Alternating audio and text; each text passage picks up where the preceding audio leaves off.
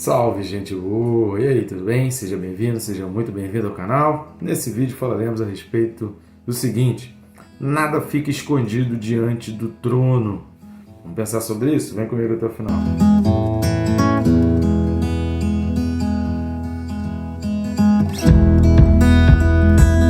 Mas antes, né, querido? Se você não está inscrito, inscreva-se. Conto contigo aí para você se inscrever, acionar o sininho e assim ser notificado, porque todos os dias às 6 da manhã estamos trazendo aqui uma palavra para abençoar a sua vida. Se está sendo bênção para você, querido, curte, comenta, deixa aí um comentário, um aleluia, glória a Deus. E compartilha também, joga aí nas suas redes sociais, nos ajuda a divulgar esse trabalho, que é um trabalho inédito, trabalho exclusivo nosso, de comentar a Bíblia versículo a versículo e deixar isso comentado aí em vídeo. Facilita muito os estudos e traz sempre uma reflexão, porque é impossível a gente ler a palavra sem uma reflexão. Não são pregações, tá? Diferente de pregações, de mensagem, de sermão, mas ajuda muito você que vai preparar o teu sermão, preparar o teu estudo, ou simplesmente no teu TSD, teu tempo a sós com Deus, também vai ser muito útil. Tá legal? Então vamos junto nessa missão e assim a gente pode levar a palavra de Deus por toda a terra. O texto desse vídeo é Apocalipse capítulo 4, versículo 6. Apocalipse 4, versículo 6 diz assim: há diante do trono um como que mar de vidro, semelhante ao cristal, e também no meio do trono e à volta do trono, 4 seres viventes, cheios de olhos por diante e por detrás.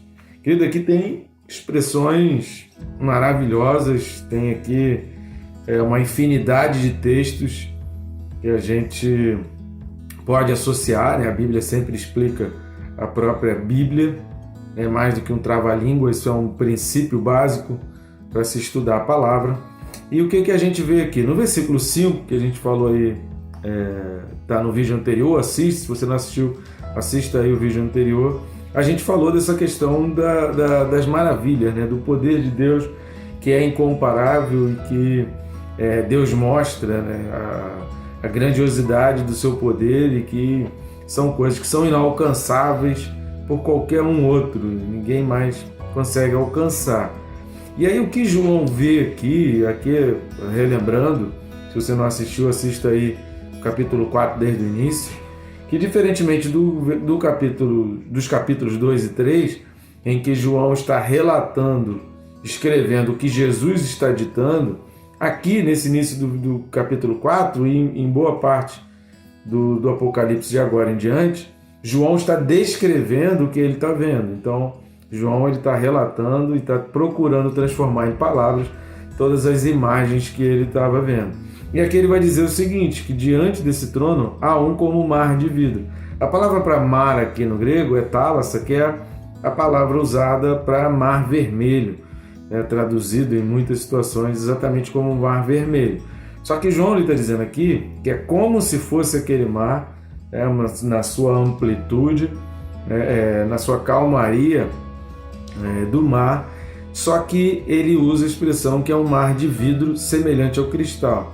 Essa palavra traduzida aqui por cristal, no Antigo Testamento era usado muito associado a gelo, porque se achava que o cristal era formado em função do frio, né? Que o frio acabava gerando e formando o cristal. Então a palavra cristal, algo cristalino, por ter aquela semelhança do gelo ali, da água na sua formação sólida, então o cristal era muito associado ali então ao gelo. Mas o fato aqui que quando fala um mar de vidro, ou seja, semelhante ao mar vermelho, só que de vidro, a expressão aqui de vidro no grego é exatamente transparente. Exatamente que diante do trono de Deus tem um trono, os versículos 4 e 5 aí a gente falou isso, a figura do trono, o simbolismo dos 24 anciãos ali, digamos assim, no centro de todas as coisas, Deus ali no centro de tudo, na governança de tudo, e diante desse trono João começa a ver como que o mar é transparente. Lá no capítulo 15 aqui de Apocalipse, no versículo 2, é mencionado novamente esse mar de vidro. Só que o que é legal lá no capítulo 15, que a gente vai ver, né, daqui a algum tempinho aí, é que João, no capítulo 15, versículo 2 de Apocalipse, João vai dizer que ele viu esse mar de vidro, né, exatamente a mesma visão que ele estava tendo, ou seja, então lá no capítulo 15 ele estava tendo a visão daquela sala ali, daquele local ali do trono, e estavam ali em pé nesse mar de vidro aqueles que venceram a besta, que venceram o número da besta, que não se deixaram levar, e eles estavam ali entoando, cantando, e tem um cântico belíssimo, lindíssimo, que inclusive é a letra de uma música bastante conhecida aí no capítulo 15, no versículos 3 e 4. Quem não conhece a música, pesquisa aí esses textos aí, que a música é belíssima. Mas lá no capítulo 15 vai dizer que esse mar de vidro era de uma consistência capaz de picar pessoas ali em pé. Há várias versões para trazer um entendimento a respeito desse mar de vidro. As águas do Mar Vermelho, lembrando ali a derrota de Moisés sobre o Egito. Então a gente pode entender isso daqui, que diante do trono, ou seja, lá no capítulo 1, versículo 1, quando a gente falou aqui de Apocalipse, o primeiro vídeo referente a Apocalipse, a gente fala que Apocalipse ele vai exatamente evidenciar o Deus que governa a história. Então vai ser comum durante o estudo do Apocalipse a gente fazer várias associações com episódios históricos ocorridos e relatados na Bíblia. Então a associação aqui do mar é como se diante do trono de Deus já houvesse tudo aquilo, e lembrando que o trono de Deus, tudo aquilo que João estava vendo, isso é anterior à existência do planeta Terra, da vida humana e do universo como a gente conhece. Então antes que existisse o universo, tudo isso que João está relatando aqui no capítulo 4 de Apocalipse, isso aqui já existia. Ou seja, a travessia do Mar Vermelho era Deus trazendo a lembrança do povo a algo que já estava lá no céu, que antes já tinha lá no céu. Então essa é uma ideia. Quando João começa a ver que é semelhante ao Mar Vermelho, e a palavra traduzida aqui por mar é essa palavra que trazia essa associação para o povo ali relacionado ao Mar Vermelho, nesse simbolismo da vitória do povo de Deus sobre Faraó. Lembrando sempre, né, que a Bíblia ela trata essa visão do Egito numa visão cristocêntrica, né, trazendo para a época de Cristo, exatamente como a nossa libertação do pecado. Então a associação da saída do povo de Israel do Egito é como quando a gente recebe a Jesus Cristo, aceita Jesus Cristo, e a gente se liberta de todo o peso, toda a escravidão que o pecado traz. Então o Egito é símbolo da escravidão do pecado. E a saída do Egito, a travessia do Mar Vermelho, significa aquela ruptura, aquele rompimento com tudo aquilo que nos prendia a essa escravidão. Outra hipótese relacionada a esse Mar Vermelho é que a beleza do cristal, né, tomada em conjunto com as pedras preciosas, sugerem aí essa preciosidade do trono de Deus. Lá no capítulo 21 vai falar a relação ali das pedras preciosas, vai trazer vários itens. No versículo 3 a gente fala um pouco a respeito das pedras preciosas, até associadas às tribos de Israel. Então há esse link que também pode ser feito em que João estava tendo uma visão de algo que lembrava ele exatamente também as 12 tribos e todo esse aspecto histórico e ali simbólico das pedras preciosas, do sacerdócio. Ou seja, se isso aqui aconteceu antes das ordenanças de Deus, da roupa do sacerdote, o que Deus queria era que o homem tivesse uma visão daquela roupa do sacerdote, todas aquelas pedras, do que já estava lá no céu. Então a oração de Jesus Cristo, quando ele ensina que seja aqui na terra assim como é no céu, é porque quando a gente olha para a história e a gente vê principalmente a condução do povo de Deus, a gente vê muito simbolismo daquilo que já estava no céu. Então a gente começa a ter um reflexo aqui na terra de coisas que lá no céu já existiam desde a eternidade, desde antes de o mundo ser mundo, desde antes da criação do universo, desde antes da existência de tudo. Tudo isso já existia lá no céu. Então Deus estava dando aquelas dicas, é como se Deus estivesse dando um spoiler para o ser humano ao olhar para essas figuras, ao olhar para esses símbolos, ao olhar para essas imagens, lembrando do que poderia estar no céu. Não para que isso fosse adorado, mas para que a gente tivesse uma noção do que a gente encontraria lá no céu, que são coisas completamente diferentes. Lá no primeiro livro dos Reis, capítulo 7, vai falar também a questão do templo de Salomão e de que havia ali um mar em volta. A figura da águia celestial, ela pode sugerir esse ato de Deus, de que Deus fielmente provê água do céu. Deuteronômio 11, versículo 11, vai dizer assim: mas a terra que passais a possuir é terra de montes e de vales, da chuva dos céus beberá as águas. Então aqui, novamente, é como se tudo que a gente vivesse aqui na terra e visse aqui na terra, que a gente pudesse contemplar. Por que é importante a contemplação? Por que é importante a gente contemplar as coisas da natureza, as coisas criadas, a gente contemplar os detalhes, a organização? Presta atenção na organização.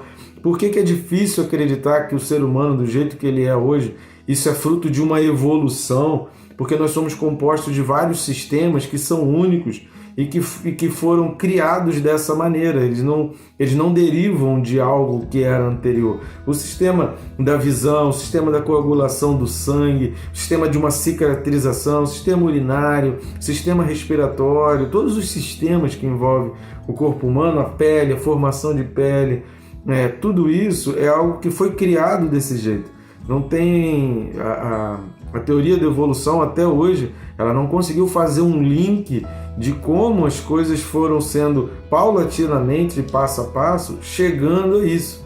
Então há um buraco enorme, há uma cratera do tamanho de uma lua entre a formação de uma bactéria, ou o que quer que seja, de um início, e todos os sistemas que estão compostos no ser humano como ele é hoje. Então, a teoria da evolução não explica isso, porque a teoria da criacionista, ela vai dizer que isso foi criado por Deus dessa maneira. Então, existe uma outra teoria, uma terceira teoria, que eu recomendo você a leitura do livro A Caixa Preta de Darwin, que não é uma teoria religiosa, é uma outra posição científica que fala que as coisas não foram evoluídas, mas que houve alguma mente inteligente, alguma coisa muito inteligente que criou esses sistemas da maneira como é. Então, quando a gente contempla a formação do universo, toda a organização, quando você começa a verificar a órbita, os círculos, como os planetas circulam, como o universo circula, como os sistemas, as galáxias circulam entre si, sem se chocar, sem bater, sabe? Tudo num tempo, tudo numa cronometria, tudo num sincronismo de uma perfeição incrível. Então, quando você começa a contemplar essas coisas, você começa a ver que Deus está dando spoiler de coisas que estão no céu, da perfeição, da grandiosidade dele.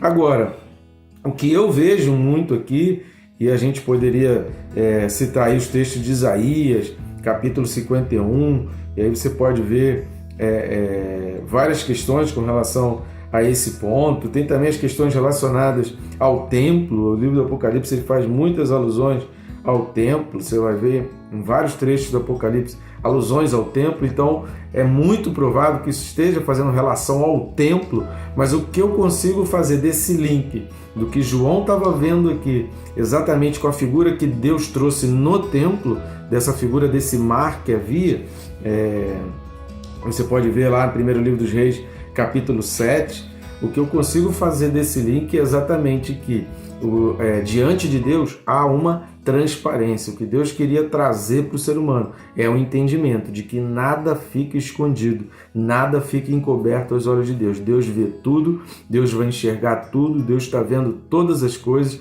e todas as coisas são coordenadas, todas as coisas têm as suas ligações, nada escapa nem do controle, como a gente falou no primeiro vídeo de Apocalipse. Ele é o Deus que governa a história, e a gente vai ver isso muitas vezes aqui no livro do Apocalipse, que nada escapa ao domínio de Deus, mas também esse mar de vidro mostra que diante de Deus há uma transparência. Não dá para esconder, não dá para viver uma vida dupla, não dá para fazer as coisas achando que ninguém está vendo, que ninguém vai ver, que ninguém vai saber. É isso aí, depois eu digo que fiz o contrário.